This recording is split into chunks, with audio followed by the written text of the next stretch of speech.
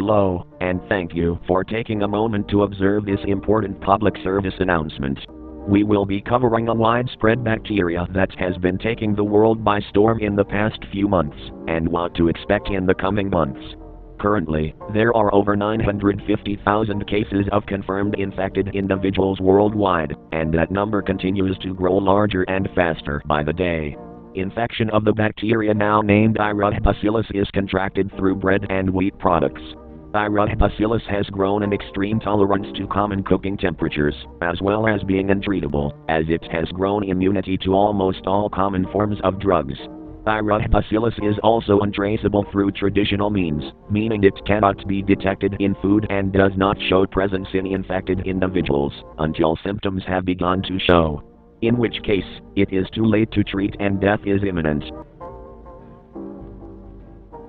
The best way to avoid Ira Bacillus is by avoiding store-bought breads and wheat products altogether, and converting to an all-meat diet. Symptoms include sudden spouts of amnesia or fugue states, violent acts of rage, all of which the infected individual cannot recall when fully conscious. What we know about the infection is that it is a bacteria that eventually takes over the nervous system of the individual it has infected, and causes them to act irrationally, until their nervous system has been fully compromised and taken over by the infection. From research we have gathered so far, there are 4 mutations, or more commonly referred to as types, that a person may experience when infected. First, Ira Bacillus will infect a host, but the host may not show symptoms for a couple weeks, all the way up to a couple months. Ira Bacillus first attaches itself to the part of the brain that produces epinephrine and adrenaline.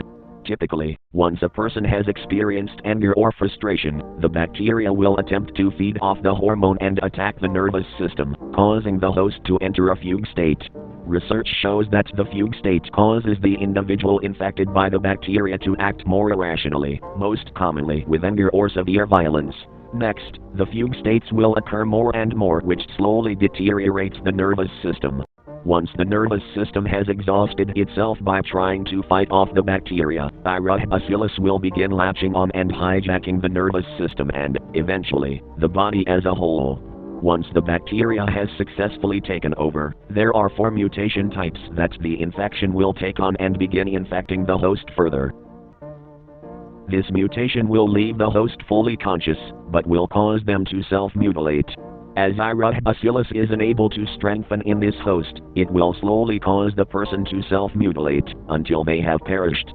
Since the host is fully conscious, they will be able to speak, but will not have any control over their actions. It is common for this type to scream for help. Do not interact. Do not attempt to save them. Your safety is of utmost importance. Your assistance is futile. Your best course of action is to terminate the individual so as to not prolong their suffering.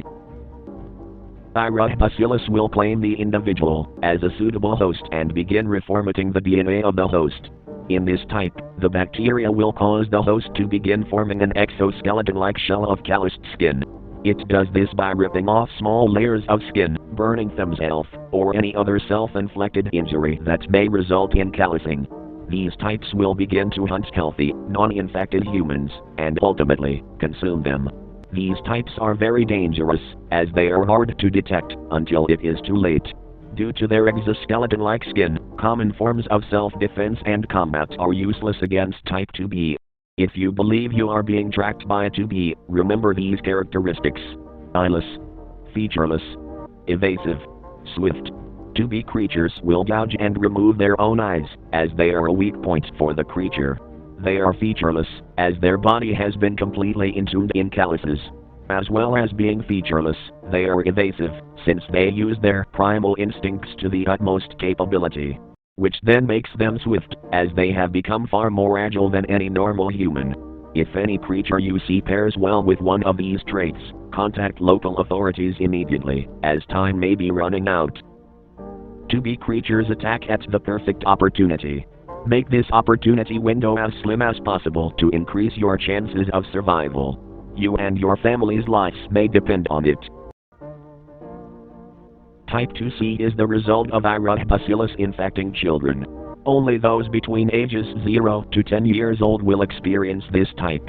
This type does not carry any physical characteristics, but instead acts as a beacon to 2B creatures. Ira Bacillus will take over the pheromone receptors in the body of a type 2C, which will then cause the individual to release pheromones that are non-detectable to humans. Anyone with the Ira Bacillus infection can detect and smell the pheromone. However, the pheromone is only released when there is a healthy, non-infected human in the immediate vicinity of a type 2C, notifying harmful individuals of a fresh meal nearby. Research shows that type 2C individuals are far more attentive and aware of their surroundings as a result of the infection, allowing them to detect 2B creatures almost immediately after entering their vicinity. Often, the infected will cry, scream, and generally act out in fits of distress when a 2B is around.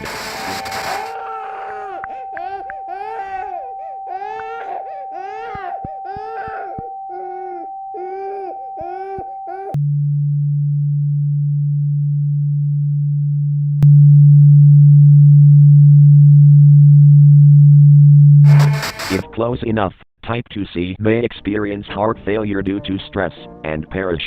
It is important to watch the actions of your children and ensure their safety if they seem to be acting irrationally. Infected 2C could save your life, or may result in death, if not used carefully. While the other 3 types take on characteristics that allow the infected host to move about freely, type 2D does the exact opposite. Type 2D infected will begin to feel lethargic and weak, causing them to rest more often. This eventually leads the host to not being able to move at all. At this point, the infected individual will begin to lose toes, fingers, ears, and other small portions of their body. These limbs will begin to grow a fuzzy mold-like growth on them. Eventually, their arms and legs will begin to fall off and begin to harbor the same fuzzy mold-like growth, leaving only their head and torso intact. After some time, the growth will overtake the room or vessel that the type 2D died in. This growth is incredibly dangerous, as it is Ira Bacillus converting to a growth. Spores will fill the air and, when ingested, will infect any person who breathes in the bacteria-ridden air. The only way for hazmat teams to rid the area of the growth is by setting fire to it. If you see a home with dead flies in the window, or pulsing veins of growth seeping underneath door sills, contact your local authorities immediately and move as far away as possible from the structure. By this point, it may be too late, and you too may become infected.